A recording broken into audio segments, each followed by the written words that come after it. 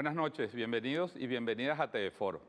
En el marco de esta programación especial y esta cobertura especial que está dando Venezolana de Televisión al tema de la pandemia en casa, una de las cosas que más hacemos y que mucha gente está haciendo es ver cine.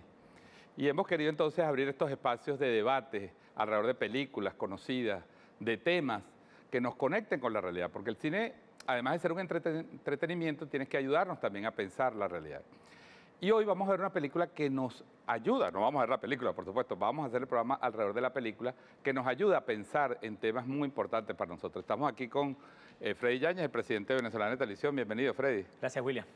Bueno, y vamos a estar también con Alcides Marcano, caricaturista, un conocedor del tema del cómic, porque esta película, Joker, el Guasón, de Todd Phillips, y protagonizada por Joaquín Phoenix, que ganó el Oscar por su interpretación, hace una película polémica, sin duda. Y vamos a estarla aquí en breves segmentos, sin spoiler, analizándolo, escuchando también sus opiniones por las redes sociales, y vamos a estar viendo el debate que ha generado esta película. Es una crítica social, es solamente una crónica de la decadencia humana, es apología de la violencia.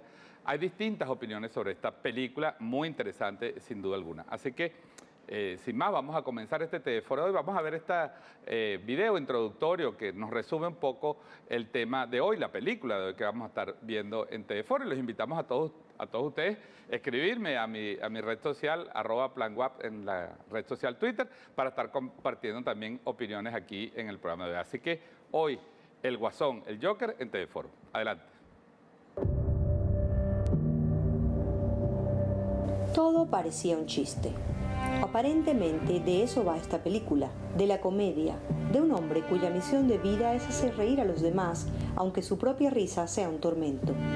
El chiste era que el más comercial de los directores de comedias del sistema hollywoodense, Todd Phillips, el mismo de la trilogía ¿Qué pasó anoche?, invertiría un presupuesto modesto, aliado con Warner Brothers, para hacer una arriesgada visión del Joker, el Guasón.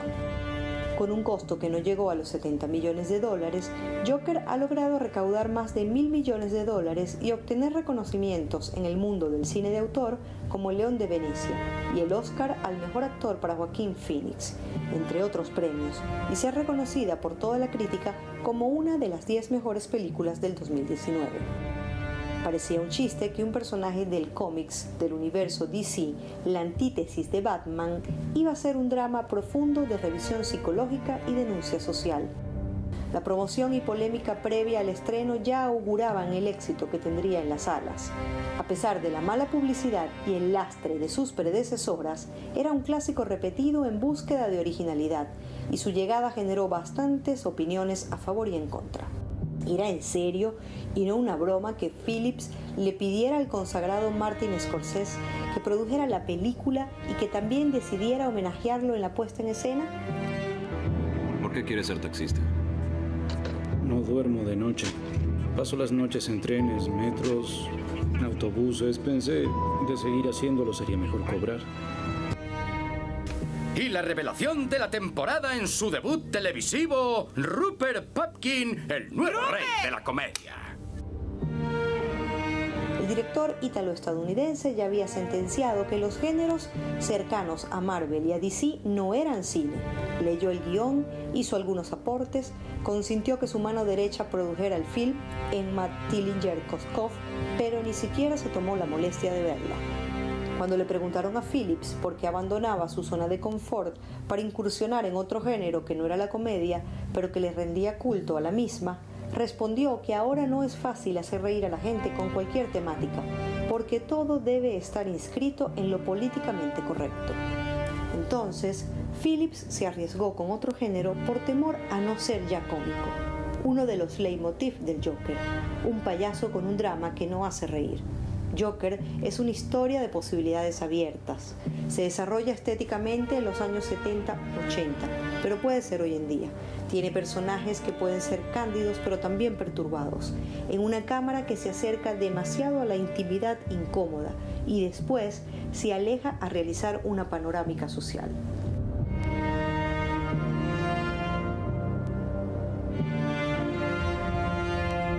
Phillips planteó una historia militante.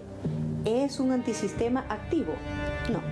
Su obra permite esas lecturas, pero ha declarado que lo político del Joker viene dado porque es un retrato de la realidad y que la honestidad de reflejar la realidad es lo que ha hecho siempre hasta en sus hilarantes comedias, donde lo absurdo es visto por este director como real. Con los temas musicales, Phillips hizo también sátira, con la temperatura de los videoclips.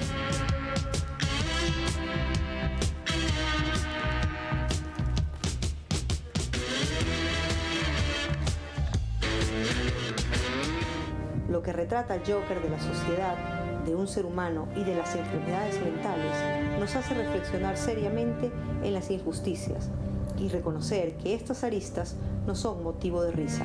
Una película que merece ser vista.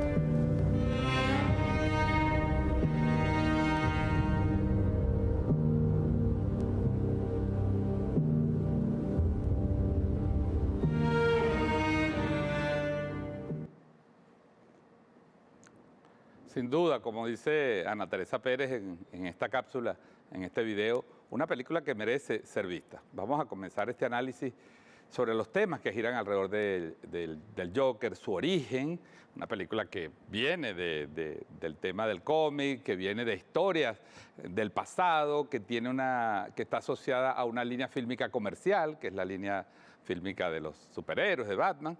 Y quiero preguntarte, Frey, para comenzar este análisis, ¿de dónde se origina? O sea, ¿cómo surge este producto fílmico que ahora está asociado a debates sociológicos, psicológicos, incluso existenciales, pero que ha generado una polémica porque hay mucha gente que la rechaza y hay mucha gente que le parece una obra maestra?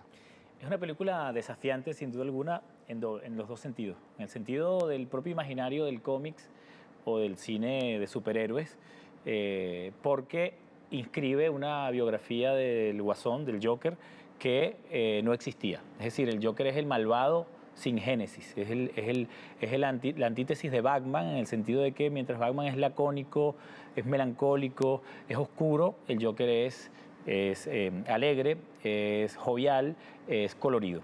Pero además porque el Joker, en este caso, no es tanto lo que se nos cuenta, como precisamente la historia del personaje que va a devenir en Joker, que es Arthur Fleck.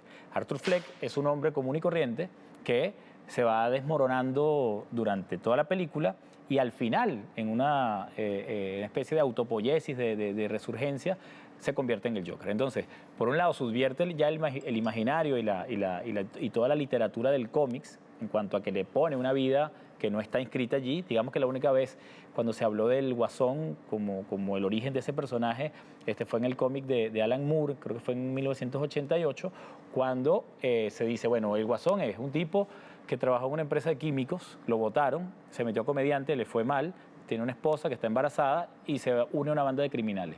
Su esposa muere el hijo y él fracasa en el asalto porque Batman viene a defender la propiedad. Él cae a los químicos y se convierte en esta especie de monstruo risible. Lo más parecido a esto fue lo que hizo Jack Nicholson en su película. Pero esta biografía precisamente del Joker es la biografía de un ser humano. Podríamos decir que la película parte de tomar un símbolo, correcto, pero transforma ese símbolo, de alguna manera lo relee, lo replantea, lo rediseña, porque mucha gente, cuando tú le pones el título a las personas jóvenes o no tan jóvenes, ¿no?, a una película del Guasón, entonces, bueno, es muy fácil asociarlo a la saga del superhéroe, de Batman, ¿no?, del Caballero de la Noche, claro, que ha sido muy cuestionada en la sociología, en el análisis, como ese modelo del héroe americano, la sociedad perfecta, que defiende a la sociedad norteamericana. Y claro, llega entonces a darnos la génesis de un arquetipo del mal. ¿Y la encontramos en dónde? No en la ciudad gótica, no en la ciudad mítica, no en la ciudad imaginaria, sino en Nueva York, en la ciudad tal cual, como era la Nueva York de los finales de los 70, mediados de los 80, con problemas reales, que es el problema de la crisis económica, que es el problema de la falta de servicios, que es el problema del desempleo, la decadencia urbana, la violencia de esa sociedad. Entonces, este personaje puramente humano, el Arthur Fleck, va a estar en constante lucha en una sociedad donde él tiene todas las de perder. Porque ¿quién es? Es un personaje con una condición psicológica, de una patología, que quizás es lo más oscuro de esta escenificación de un personaje maligno, porque es una sonrisa involuntaria, es una sonrisa que surge por la represión que tiene el personaje, y empieza esa sonrisa a generar en su entorno espanto, empieza a generar peligro, empieza a generar acechanza. Entonces, si el Joker, si el Guasón, el archienemigo de Batman, el mal en sí mismo, tiene un origen en lo humano, pero además de lo humano tiene un origen en lo real. Tiene un origen en la pobreza. En la pobreza nos está no solamente resemantizando a ese arquetipo, sino que a partir de él empiezan a resemantizarse los otros arquetipos del bien, porque todos tienen un lugar en la realidad cotidiana. Es lo primero que yo veo que es controversial en el Joker y que me parece interesante. Bueno, vamos a ver entonces un fragmento que hemos seleccionado de la película donde nos presenta precisamente el personaje y esto que señalaba Freddy, ¿no? Esa risa involuntaria que termina siendo causa fundamental de los problemas. Parece paradójica que el símbolo de la risa se convierta en un elemento que desde el punto de vista dramático va a desencadenar una serie de conflictos en la película. Veamos.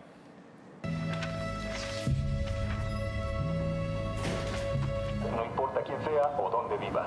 No puedes ir a ninguna avenida sin ver basura o ratas. Empieza a afectar mi negocio porque los clientes no pueden entrar por la situación de la basura. Casi no salgo para olerla, pero desde adentro es terrible. A mí no me afecta excepto por el fuerte olor. Es horrible. Llevo 50 años en este país y jamás había visto nada parecido. ¿Dónde vamos a terminar?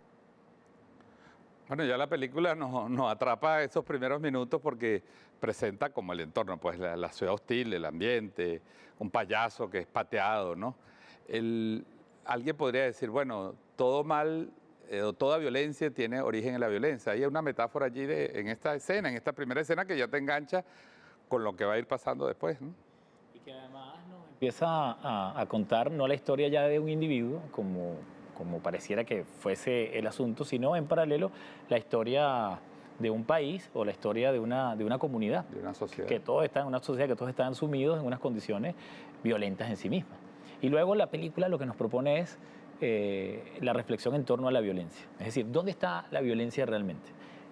Nosotros vemos noticias a cada rato en Estados Unidos de personas que agarran un arma y van a una escuela y desenfundan el arma contra la multitud y no hay una causa aparente. O sea, ¿por qué lo hizo? No sé, puso en Facebook que odiaba a los árabes, o puso en Facebook que odiaba a los inmigrantes, o que odiaba a los homosexuales. A su salón de clase. A su salón de clase porque le hacían bullying, y desenfunda el arma.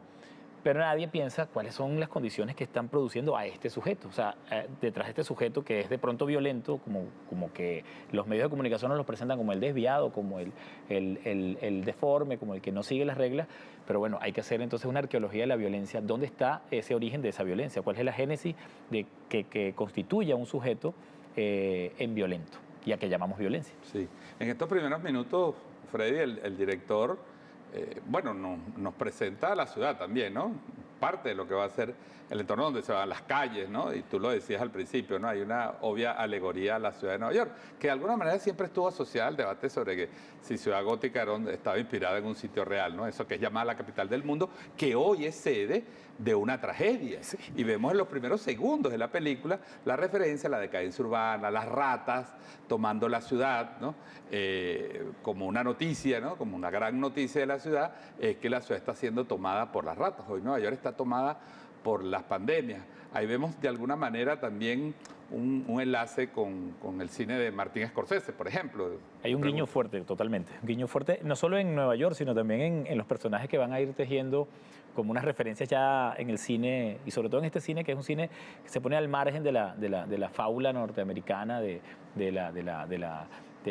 éxito de la ciudad moderna, del capitalismo feliz. Aquí nos muestra como otro punto de vista, otro plano de la ciudad, que es desde abajo y no desde arriba. No es la Estatua de la Libertad lo que nos está mostrando, sino nos está mostrando son los sujetos que están allí en plena lucha por la supervivencia y en plena búsqueda precisamente de una supremacía. Y veíamos también en el material que produjo Ana Teresa Pérez, nuestra productora, que de alguna manera algunos críticos y analistas de la película la han asociado también con una película de Martin Scorsese, de Taxi Driver, una película que también alrededor de un personaje de la vida real que se ve envuelto en una espiral de violencia precisamente en esa ciudad. Es todo un homenaje a Martin Scorsese, lo vamos a ver durante la película porque hay muchos guiños interesantísimos a las películas de Martin Scorsese, por lo menos a dos, a Taxi Driver y al Rey de la Comedia, pero además es Robert De Niro quien está allí coprotagonizando la película y haciendo entonces ya que el homenaje se convierta en verdaderamente un tributo abierto, pues, ¿no? Bueno, Freddy, me están diciendo que producción, que son las 8 de la noche, así que vamos a hacer nuestra pausa que siempre hacemos todos los domingos y que hace Venezolana de Televisión a las 8 de la noche para ver la cadena de oración, pero quédense que estamos aquí con Freddy Yáñez y vamos a estar con Alcides Marcano, caricaturista, y viendo fragmentos y analizando y teniendo opiniones de ustedes. Vamos a leer muchas de las opiniones muy interesantes que están llegando sobre esta película Guasón. Así que vamos a la cadena de oración y regresamos aquí en TV4.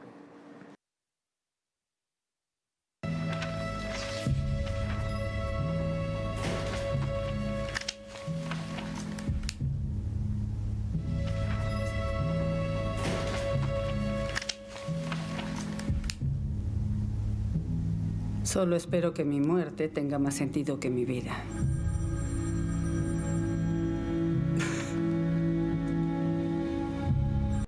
Estamos de regreso en TV4. Recuerden, estamos aquí con Freddy Yáñez y con sus opiniones analizando la película Guasón, Joker. Yo quisiera, Freddy, empezar... vamos a estar leyendo las opiniones de gente que nos han mandado. Yo pedí hace un rato que nos enviaran sus opiniones sobre esta película, ¿no? Erika Ortega Zanoja, Muy bien. querida amiga y compañera, dice, no veo casi películas en el cine. El Joker me hizo ir 4 veces a verla. Amé el guión, la dirección de fotografía, la banda sonora, la dirección y todas las actuaciones. La grandeza infinita de Joaquín Phoenix fue evidente. Muchos genios reunidos en un solo film, dice Erika Ortega. Lenín Mauri, otro amigo, dice, una película sobrevalorada. Interesante, vamos a ver si qué dice la gente, ¿está sobrevalorado el Joker o no? Dice, ahora en tiempos de pandemia se valora la puesta en escena de la exclusión de los vulnerables de los sistemas de salud y cómo esa precarización termina generando los monstruos que la élite tanto teme. Me dice también aquí otro tuitero, Rodolfo Rivera, esa película es un crimen de lesa humanidad. La película. La película. El trabajo del actor mereció el Oscar y gracias a él tiene tanto respaldo, pero en general si tuviese poder para prohibirla, lo haría. Es decir, es una película que ha generado un debate, tanto la gente común y corriente que la vio, como la crítica del cine. Pero bueno, te decía, Freddy, esta película también ha sido relacionada con directores, con personajes anteriores, como si tuviese una genealogía de ese personaje pobre, excluido, medicado, endeudado, excluido de la sociedad, que termina convirtiéndose en una celebridad de la violencia. Sí, bueno, se puede decir que el cine norteamericano es profundamente calvinista. Su personaje, por antonomasia, es aquel que lucha, sufre miles de pasiones y al final, siguiendo esa senda correcta, logra ser redimido. Ese es Rocky. Así es. Un inmigrante que vive pobre, que quiere pelear, pero no puede pelear y al final termina peleando y al final es un gran campeón, claro. Y él es el símbolo de los Estados Unidos con sus shorts con la bandera. Pero hay en la literatura norteamericana, sobre todo después de la generación Beat, y con Faulkner, incluso Faulkner antes lo logra, que es configurar el personaje perdedor de los Estados Unidos. En el caso de Faulkner es el personaje del sur, la guerra civil y las secuelas que dejó eso. Pero en el caso de la generación Beat, empezaron a configurar personajes como Henry Chinaski, que Bukowski logra crear como una novela casi autobiográfica y configura la senda del perdedor. Ese es Henry Chinaski, el hombre que intenta estudiar y no puede, el hombre que va a la guerra y le va mal, o sea, el hombre que hace todo por lograr las cosas, pero le va mal porque es feo, porque es pobre y porque es excluido. No en una autocomplacencia lo plantea Bukowski y no tampoco lo plantea una autocomplacencia toda esta literatura de autor donde el personaje es un personaje común, sino lo que hace es poner a prueba la promesa americana, o sea, la promesa del sistema de la gran felicidad y el sistema de las grandes oportunidades. ¿Qué pasa si el que nos cuenta la historia no es Rocky Balboa, que tuvo suerte y que logró ser contra cualquier pronóstico el gran héroe mundial? ¿Qué pasa si el hombre al que nos referimos es un hombre que fracasa? ¿Cómo es ese Estados Unidos? ¿Cuál es la perspectiva de ese Estados Unidos? Y aquí se inscribe el Joker. La época del antihéroe, ¿no? Claro, pero más que un antihéroe, aquí sería como la época del hombre común. O sea, que ni siquiera logra inscribirse en el imaginario del heroísmo. Entonces, fíjate, acá está, bueno, hay evidente homenaje a Martin Scorsese, porque su productora es productora de Martin Scorsese. La fotografía es una fotografía que tiene mucho guiño a Martin Scorsese, pero además este personaje ahí tiene un parentesco, tiene una filialidad con el personaje del el rey de la comedia, que ya dijimos, que lo hace también Robert De Niro. El rey de la comedia, ¿quién es? Es este tipo que quiere ser comediante pero no tiene talento, envidia al gran comediante de la televisión, que es Jerry Lewis, y él se desquicia y bueno, se vuelve un hombre violento porque está, digamos, fuera del tema del éxito, de lograr el éxito. O el personaje de Taxi Driver, que también lo hace Robert De Niro, y que también es un tipo que va a la guerra y de Vietnam y queda enloquecido y bueno, se mete a taxista porque sufre de insomnio. La historia original de Rambo también. Claro, por supuesto, pero aquí tenemos entonces un personaje que está oprimido por la promesa del éxito, porque en la sociedad liberal y sobre todo la sociedad norteamericana es una sociedad que te obliga a ser exitoso y casi que te obliga a ser feliz. Este tema de la felicidad aquí se nota en el Joker, más adelante podemos hacer unos apuntes sobre eso, pero básicamente este es el personaje que logramos entender como la génesis de él, que va a ser el dios del mal, el que va a ser prácticamente el demon de Batman, o el némesis de la ciudad gótica. ¿Dónde están sus raíces? Lo decíamos al principio. Todd Phillips nos los pone en el hombre común y en la realidad. Y entonces, ¿qué encontramos allí? Un hombre que está completamente roto, ahí lo vemos, con una patología psicológica, pero intentando entrar en el sistema. Que aquí es lo interesante, porque si estuviésemos hablando de un tipo que se desvía por su propia voluntad, que desconoce todas las normas del orden establecido y que por mera pasión, por mero deseo se convierte en el mal, pues bueno, eso sería el arquetipo. Pero este hombre intenta no ir... No existe la maldad por la maldad en sí misma. No como existe, que hay una idea de que la maldad tiene un origen. Correcto, que es la idea del calvinismo precisamente, tiene que ver, y casi todas las religiones monoteístas tienen que ver precisamente con la lectura del bien y del mal a partir de una cosa original, o sea, a partir de un desvío de la verdad original. Pero en realidad lo que nos está mostrando Todd Phillips acá es, bien, esta es la ciudad de donde puede salir, no sé, el gran superhéroe, o donde puede salir el gran epíteto del mal, la gran oscuridad, la gran amenaza, o lo que llaman la violencia. Pero yo decía al principio, esto es una película que nos pone a reflexionar sobre la violencia. Entonces, por ejemplo, alguien dice allí que él la prohibiría porque le parece un crimen de lesa humanidad. Pero es un crimen de lesa humanidad. Profundamente violenta, ¿no? Sí, porque le parece violenta. Eso lo decía, interesante, porque eso también lo decía Trump. Trump, que es el tipo que dice que, bueno, morirán 200.000 por coronavirus, pero la economía seguirá adelante. Y eso no es visto como un discurso violento, sino es visto como un discurso de Estado. El gobernador de Texas dijo, los mayores deben sacrificarse por sus hijos. Claro, y eso es un discurso de Estado, porque bueno... La sociedad debe aceptar que vamos a morir, claro, porque somos incapaces de cuidar la vida de todos. Claro, lo que pasa es que la puesta en escena que tiene Trump es que tiene una corbata, tiene la Casa Blanca atrás, tiene unos asesores, y aparentemente ese es el discurso dominante, y es el discurso de la lógica y de la razón. Pero si este sujeto que está condenado a la exclusión, a las márgenes, de todas las márgenes, dice algo, opina de una manera parecida, pues es declarado como un loco. Y aquí hay un interesante debate también sobre el tema de la violencia. ¿Quién es el violento y qué es la violencia en sí mismo? Ahí lo vemos. Vamos a seguirlo viendo, Freddy. Y le hago a ustedes también la pregunta, ¿no? ¿Está sobrevalorada esta película o no? Lo dice la gente. ¿Por qué? ¿Por qué puede estar sobrevalorado? ¿Qué hay, ¿cuál es el truco? Hay gente que ha escrito, ¿no? Bueno, al final es un producto comercial, está destinado a vender millones, de ganar millones de dólares, etcétera, etcétera. Pero sigamos viendo otro fragmento del Joker para seguir con sus opiniones aquí, analizando los temas que están alrededor. Tenemos el tema de la violencia, pero está el tema de los medios de comunicación, está la promesa del éxito, el sueño americano. Es decir, hay muchos temas que se pudieran asociar a la filmografía de esta película. Adelante.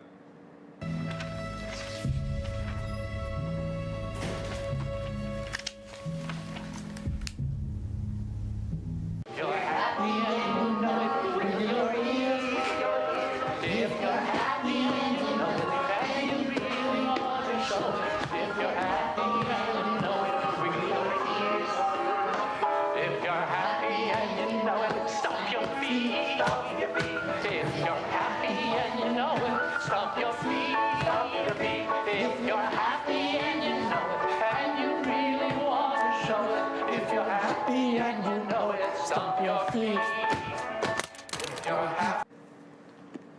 una escena fantástica, ¿no?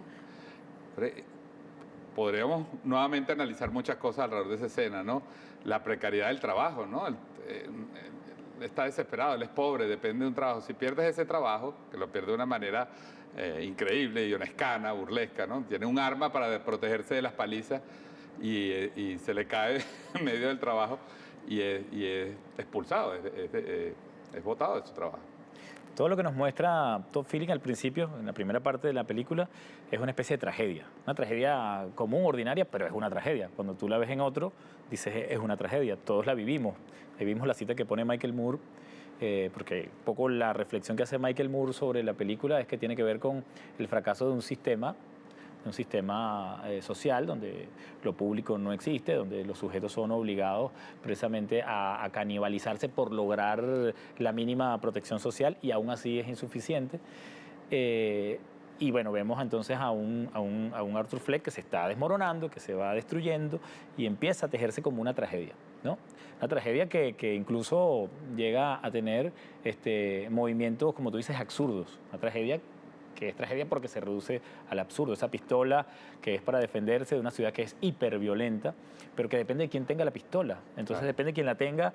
Es un tipo que produce verdad, es un tipo que produce orden, es un tipo que está dentro de las normas. Si él fuese de la asociación del rifle, seguramente que no tendría ningún problema. Si lo hubiese comprado en una tienda donde venden cotufas o venden víveres. Exactamente. Si fuese un clase media, ¿sí?, blanco, que compra un rifle de asalto en Walmart y que sale hoy a las calles de Colorado, de varios estados de Estados Unidos, para defender el derecho a regresar a las calles armados. Claro, totalmente. Y que se muestra y que no pasa nada. Es totalmente lícito en muchos estados salir a una protesta armado con un rifle de asalto o con una ametralladora y pedir libertad de expresión y libertad de andar. Es decir, es la paradoja de alguna manera social que está ahí. Porque ahí está nuestra hipocresía. Uno pudiera decir, bueno, es que William y Freddy están aquí sentados justificando al Joker, siendo compasivos y diciendo, no, es que él tiene que ir hacia allá, claro, porque pues todo le sale mal a su alrededor. Pero claro, es que nosotros no estamos hablando de mala suerte o de buena suerte.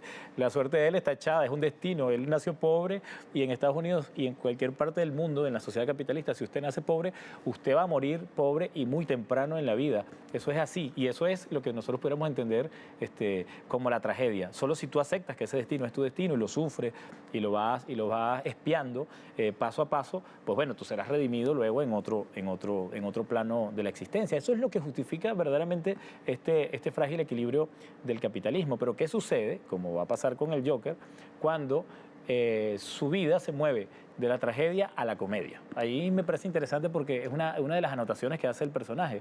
Y yo pensaba, bueno, ¿qué es la tragedia? Tú cuando tú vas a la poética de Aristóteles, te das cuenta que Aristóteles examina el efecto social que tiene el teatro y que tiene la tragedia. Y Aristóteles sublima la tragedia, dice es que la tragedia nos lleva a la catarsis y nos lleva a purificar el espíritu, porque a través del sufrimiento de los personajes se afirma la vida, etcétera, etcétera.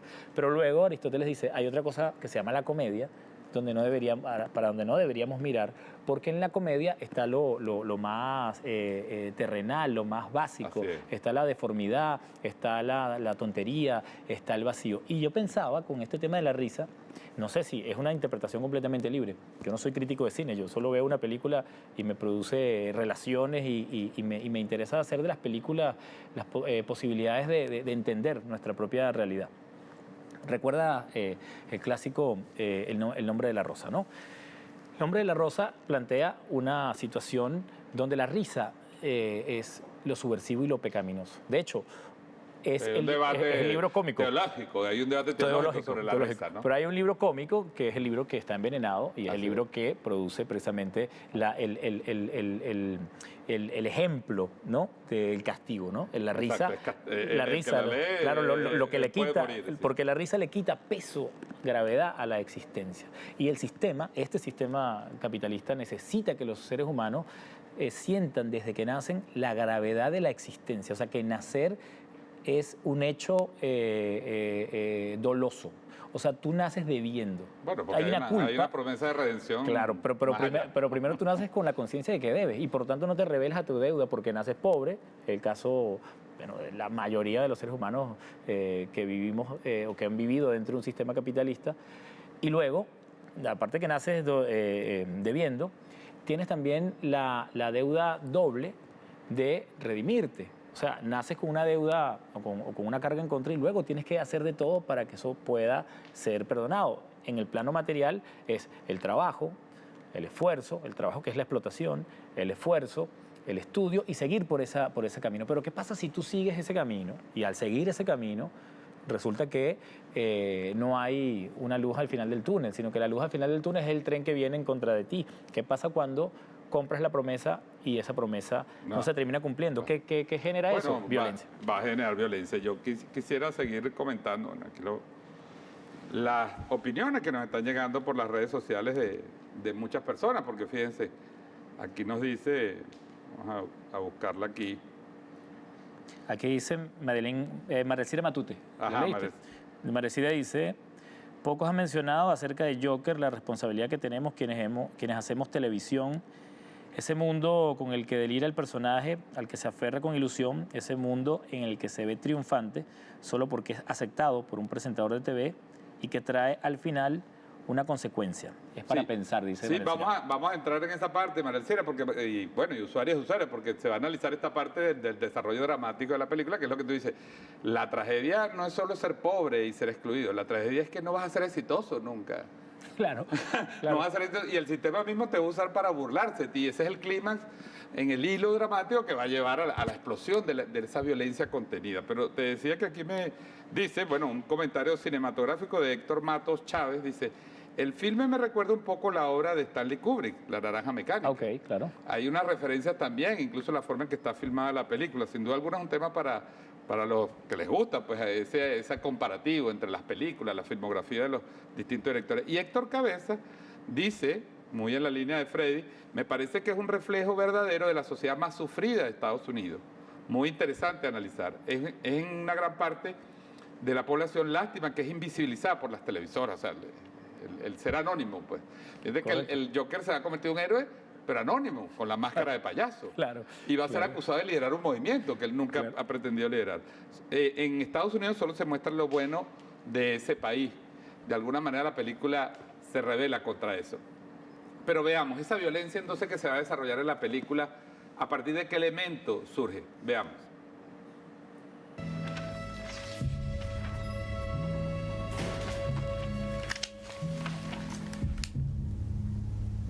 Tengo un trastorno. No te digo lo que tienes, idiota.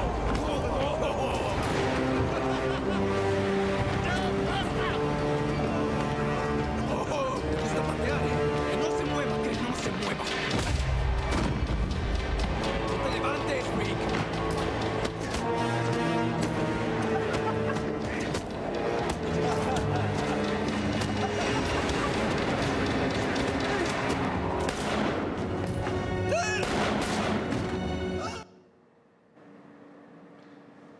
Bueno, aparece ya en su forma descarnada la violencia, ¿no?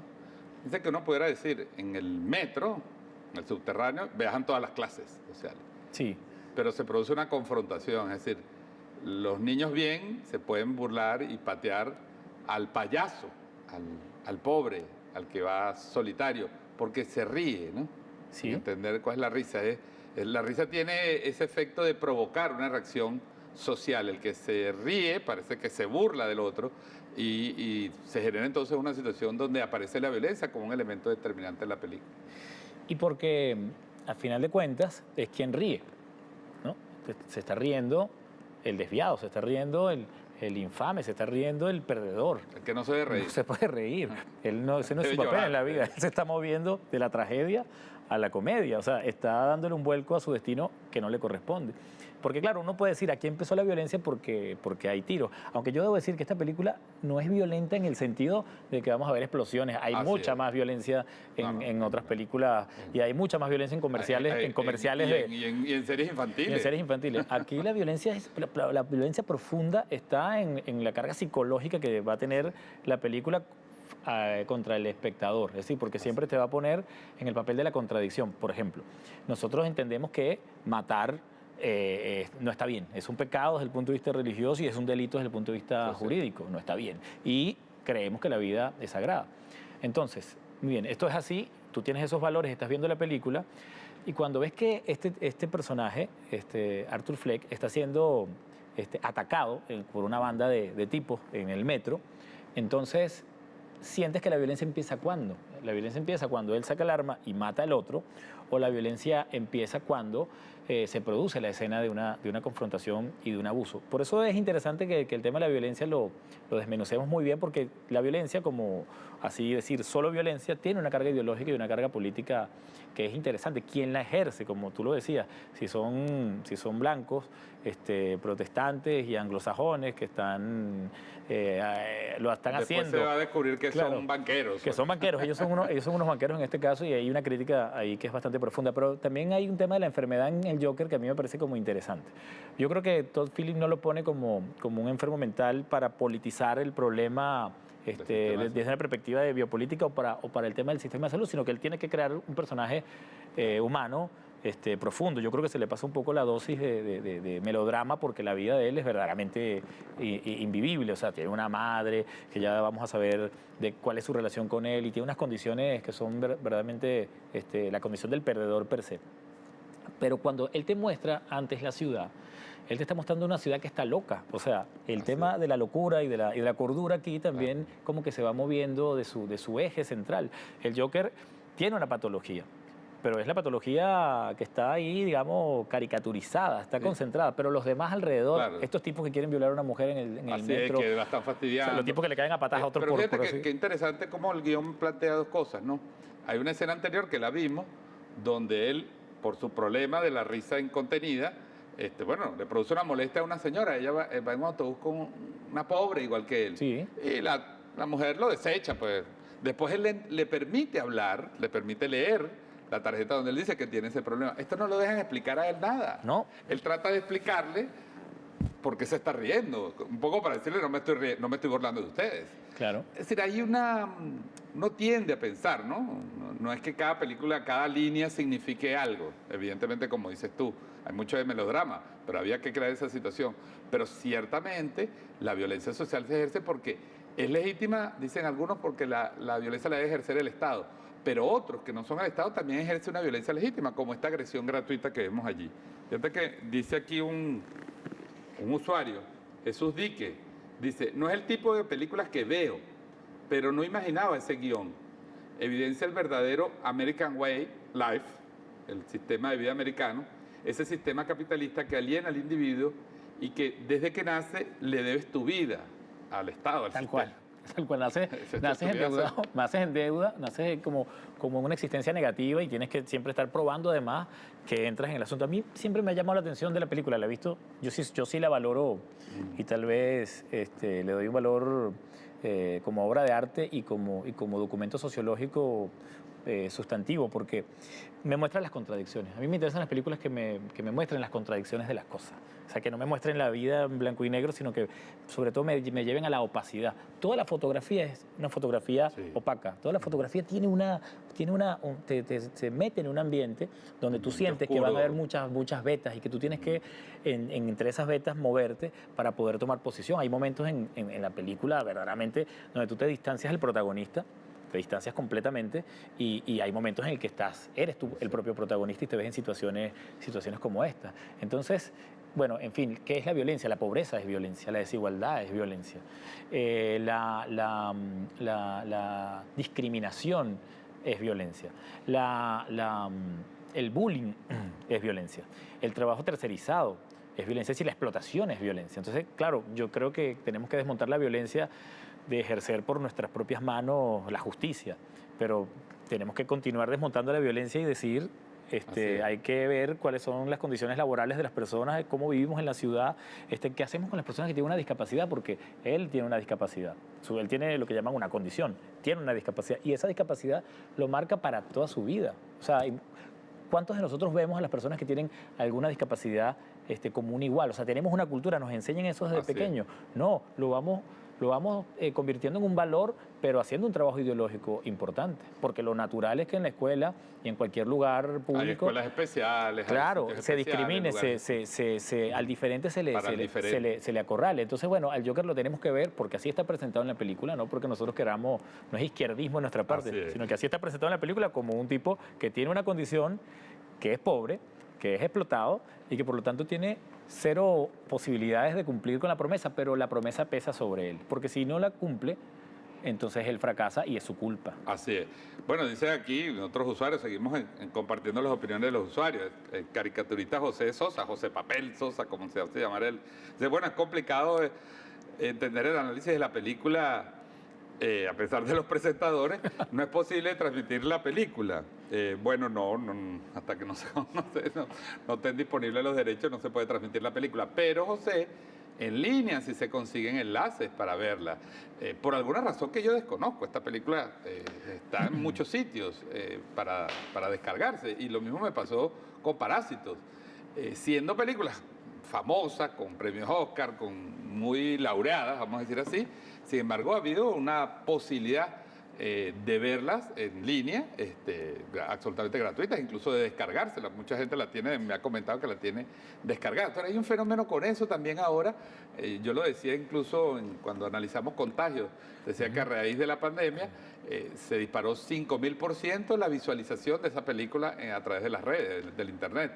Y seguramente a mucha gente no fue al cine. Yo no fui al cine a ver El Guasón, la pude ver en línea. Así que es una alternativa también porque nos presenta en medio de una sociedad que, si bien como sociedad global, pues si la analizamos como modelo global, contiene un conjunto de contradicciones, también un conjunto de posibilidades para en este caso ver la película, ¿no? Que es una de las cosas también que la gente dice, bueno, me gustaría ver la película, pero no tengo para ir al cine, no puedo ir al cine en estos momentos. En este momento no se puede. Ojalá que este modesto análisis pueda como suscitar que la podamos ver. Alguien habló de La Naranja Mecánica y me parece acertada la comparación. Yo no lo había visto, yo lo asocié directamente, y no yo, la crítica ya lo había hecho de cómo hay una relación con estos personajes de Taxi Driver y El Rey de la Comedia. Pero con Alex, que es el protagonista de La Naranja Mecánica, hay una similitud en el siguiente sentido. Alex también es un tipo violento. Ahí tenemos clásico. Clásico, ¿no? Otra película que recomiendo ver. Icónico, extraordinaria, ¿no? Stanley Kubrick. Kubrick pone en escena a una generación, vamos a decir, ¿no? Violenta, hiperviolenta. No se sabe por qué, Kubrick no lo explica, no nos muestra de fondo por qué. Hay como una violencia en este sentido como casi naturalizada. Pero nos va mostrando unos tipos hiperviolentos que van perturbando a la sociedad. Y luego uno de ellos, que es el protagonista, Alex, pasa por un experimento. Un experimento para inhibirlo por la vía del condicionamiento casi de Pavlov, para inhibirlo de la violencia. De la violencia, ¿no? Para curarle. Para curar la violencia, exacto. Esa es la palabra, la cura, que es bien interesante porque además es muy irónica. Y luego cuando él sale a la calle, curado, se encuentra con una sociedad violenta, o sea, con la venganza de la sociedad.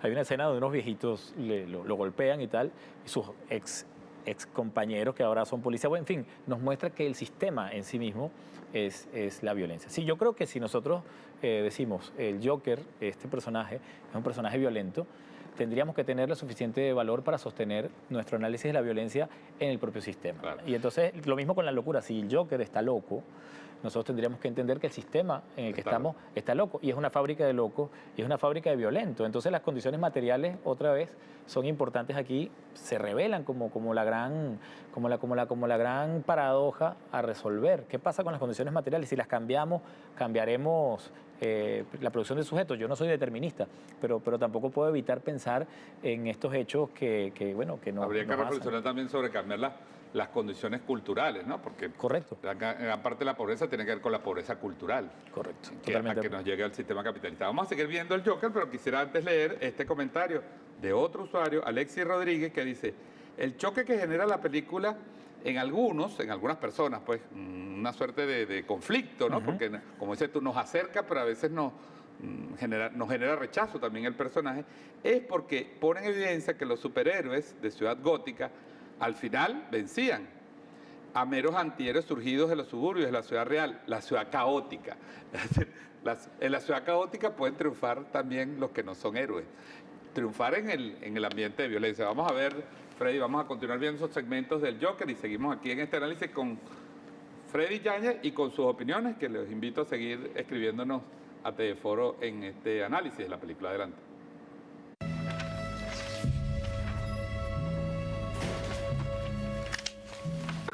Es como como si los residentes menos afortunados estuvieran del lado del asesino. Sí, pero es una lástima. Por eso estoy considerando postularme como alcalde. Gótica pierde el control. ¿Qué hay de la persona que declara que el sospechoso era un hombre con máscara de payaso? Tiene mucho sentido. ¿Qué clase de cobarde haría algo tan desalmado? Alguien oculto tras una máscara. Alguien que le tiene envidia a las personas que tienen más suerte que él. Y tiene miedo de mostrar su rostro. Y hasta que esas personas no mejoren, los que hemos triunfado más en la vida, siempre veremos a los que no como viles payasos. Thomas Wayne, gracias por venir esta mañana. No es gracioso. Seleccionábamos este fragmento, esta parte de la película, porque hay esa expresión, ¿no?, de Pierre de Coubertin, ¿no? Ajá. La honestidad es un lujo que los ricos no pueden permitirse. Es quizás uno de los pocos, de los únicos. Hay pocas cosas en el mundo que la riqueza no puede comprar y la honestidad es una de ellas. Entonces, ahí en el lenguaje también de esta escena, donde que va a ser asociado, pues en la trama, digamos, en la trama novelesca, va a ser asociado de alguna manera familiarmente o no al Guasón, pero eso es irrelevante para efectos del simbolismo del lenguaje. Porque este político y empresario exitoso dice que como ese asesinato cometido por un payaso revela que los menos afortunados son vistos como payasos. Y a mí me llamó mucho la atención la expresión menos afortunados, porque la leí hace poco también en un comunicado del gobierno de Colombia, refiriéndose a los pobres de Colombia como los menos afortunados de la sociedad. Sí, por lo menos tienen vida, pues. Sí, la sociedad asume de que los pobres son menos afortunados que otros, porque todos somos afortunados de alguna manera. Me llamó mucho la atención esta forma de decir, hay un planteamiento sobre la violencia, hay un planteamiento sobre la locura, sobre la exclusión, y por supuesto la otra cara hay un planteamiento sobre la riqueza, ¿no? Pero acá entramos en un punto cumbre político del Joker con este fragmento. Mira, dice Soralis, su reflexión es así. Ella dice, el Joker es igual a Trump en tiempos de pandemia 2020. Yo difiero allí y aprovecho este fragmento para diferir. Si queremos buscar a Trump dentro de esta ficción que hace el Joker, pues lo tenemos ahí, es Wayne, el empresario. Claro. El empresario que quiere despojar el mal de la ciudad. Que quiere ser alcalde. Que quiere ser alcalde. Pero que además está muy claro en que este problema es muy fácil de resolver. Hay unos parásitos, hay una gente que sobra, unos payasos que no producen, que no son productivos, y que hay que deslastrarlos porque son criminales per se, porque son desviados, violentos per se. Y él plantea una limpieza, porque básicamente es lo que está planteando Wayne. Acá en el Joker se van a tejer otras tramas que no vamos a abordar para no ser spoiler y que quizá pudieran desviar a cualquiera del análisis político, pero básicamente... Bueno, porque tiene una función de entretenimiento. Claro, pero básicamente Wayne es un personaje clave para poder hacer una lectura ahora ya no desde el Joker, sino desde lo que va a venir, que es Batman. En la literatura del imaginario heroico de Batman y toda esta gente, pasa que el Guasón mata al padre de Batman. O sea, eso ya todo el mundo lo sabe, porque esa es la gran tristeza de Batman, es su luto. Y entonces, ¿quién es el papá de Batman? El papá de Batman es un hipermillonario, un hombre que tiene una visión como Trump, específicamente racista, específicamente clasista, un hombre que desprecia al diferente y que cree ser la solución, él cree ser la vacuna, el antídoto contra esta marginalidad. Entonces, bueno, se pueden imaginar precisamente lo que significa este personaje dentro de la película, crea una verdadera politización de todo este problema. Hasta ahorita este problema había sido de un hombre con mucha mala suerte, ya lo dijimos, loco, con un trabajo miserable, con un destino miserable.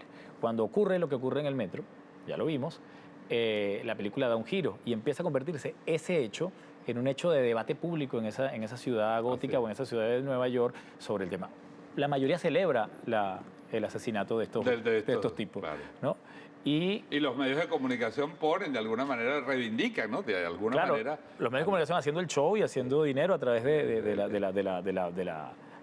la miseria informativa, generan un ícono, se convierte en un ícono y empieza a conectarse un malestar de un individuo con un colectivo. Y aquí es interesante porque este análisis también es Lo Vamos podemos a hacer ver en el próximo, libremente, lo podemos hacer. La historia de un individuo fracasado nos habla de la historia de una sociedad. O sea, no hay disociación entre el fracaso de un individuo y la historia de la sociedad, pues, ¿no? Sí, fíjate que dice aquí Lilia Ramírez, otra usuaria, Lilia Marga, querida amiga de allá de Mérida, nos está viendo, que el establishment de Hollywood haya reconocido especialmente a Parásitos y Joker este año, muestra cómo la industria del entretenimiento sirve al capitalismo para apropiarse de demandas populares y transformarlas en productos de consumo que desmovilicen. Muy interesante esta opinión, porque, y lo junto con lo que dicen otros usuarios, bueno, y otros críticos, la romantización de la violencia para explotarla comercialmente, etcétera, etcétera. De alguna manera, el sistema, como diría Jean Baudrillard, se disfraza y se apropia de las propuestas críticas y las hace ver como propias.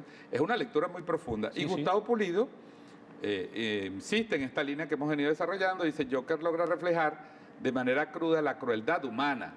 Tema humano, sin duda alguna. Sí, claro. A mi criterio, no como un modo de justificar ni hacer apología a la violencia, sino como una reflexión y análisis profundo de sus causas.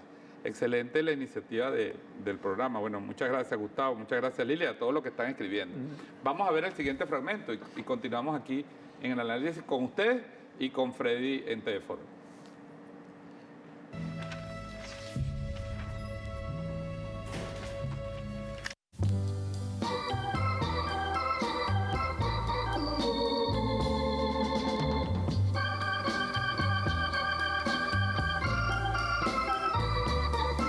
That's life.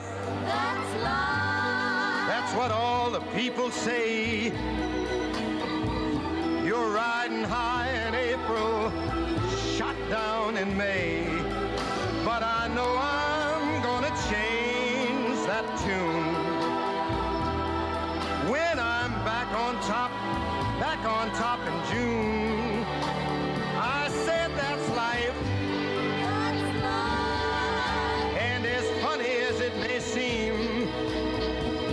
Some people get their kicks stomping on a dream, but I don't let it get me down, 'cause this fine old world, it keeps spinning around. I've been a puppet, a pauper, a pirate, a poet,